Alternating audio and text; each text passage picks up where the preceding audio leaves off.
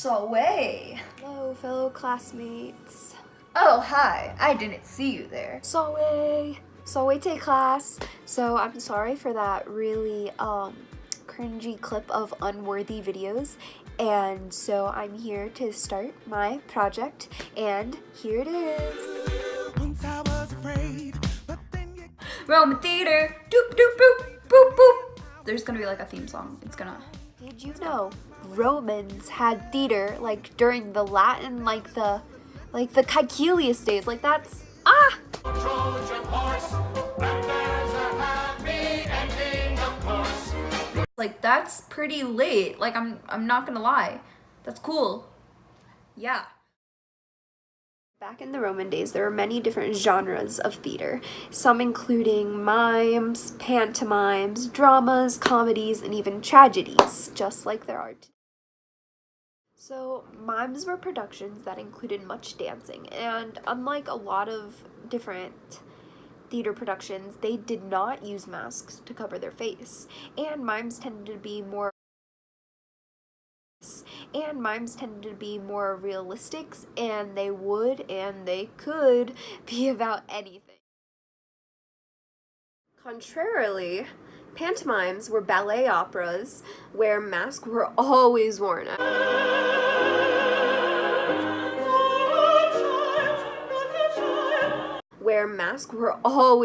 At all times, and those would be more myth related and more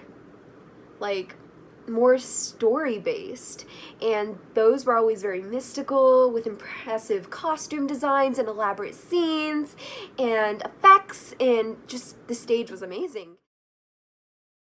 I think what really differentiates pantomimes and mimes from all the other genres of musical theater and theater that they had back then is how pantomimes and mimes would include female actresses on the stage.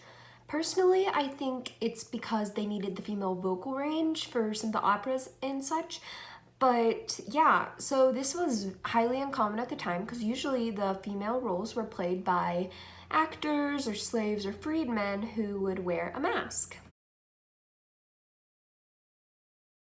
So another genre that was really popular at the time was a Roman tragedy. So a tragedy is a production put on that ends with a very sad, very miserable ending. And yeah, and it's still very popular today, and it draws a lot of emotion out of the crowds based on what the actors are portraying. And some modern day examples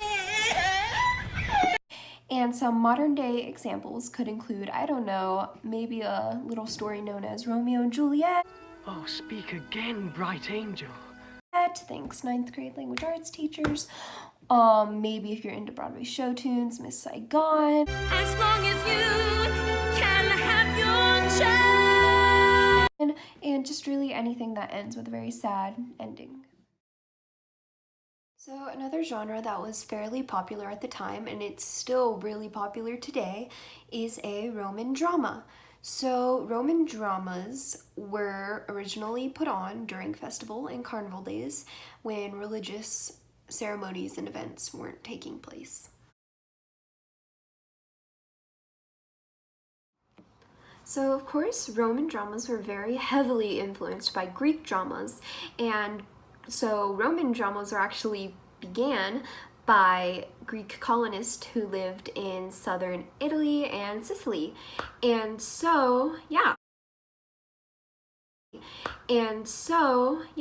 many playwrights such as Lucius, who was a freed Greek slave,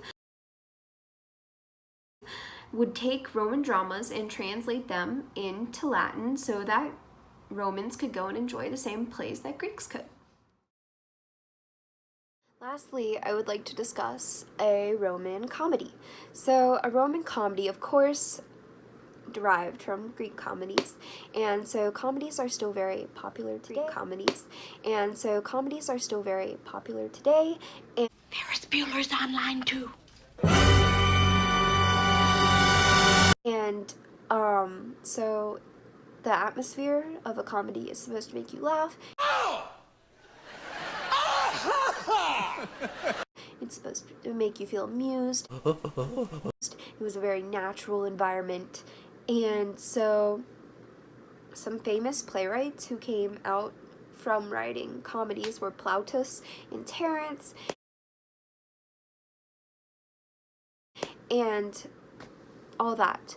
But what really makes comedies stand out and what makes them very popular today is how they have stereotypical characters. Like back in Roman times, it was, oh, the dumb slave, or oh, the smart slave. Also in this house dwells Pseudolus, slave to a son. Pseudolus is probably my favorite character in the piece.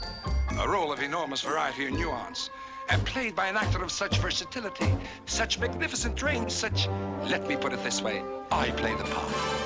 And or, oh, the fair maiden. Lovely, all I am is lovely. And you still see those in shows today, which is, I think, really interesting.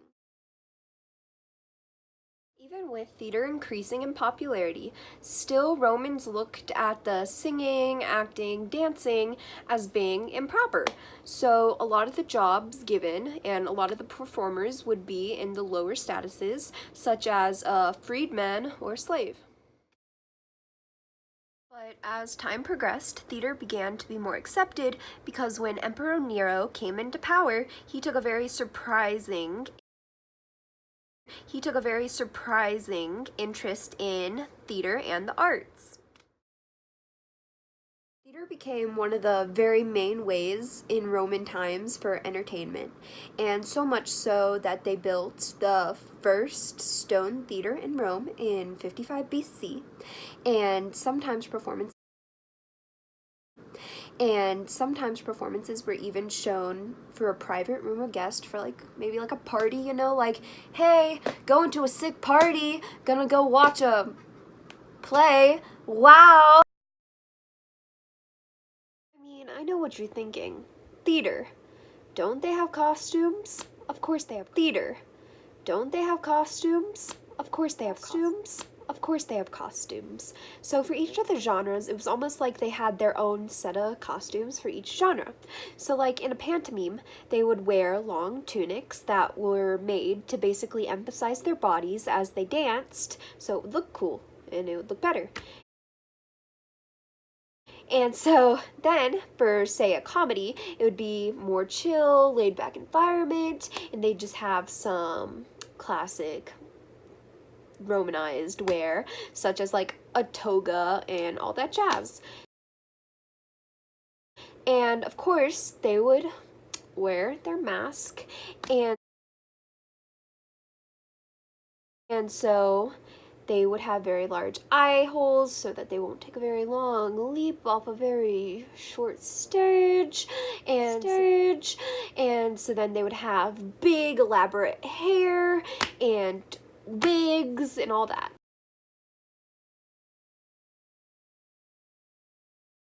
So I hope you enjoyed this get to know tutorial on Latin culture and Latin theater, and so yeah, and I hope you learned something new and you can go home and be like, family, I learned something new today about Latin theater culture and Latin theater.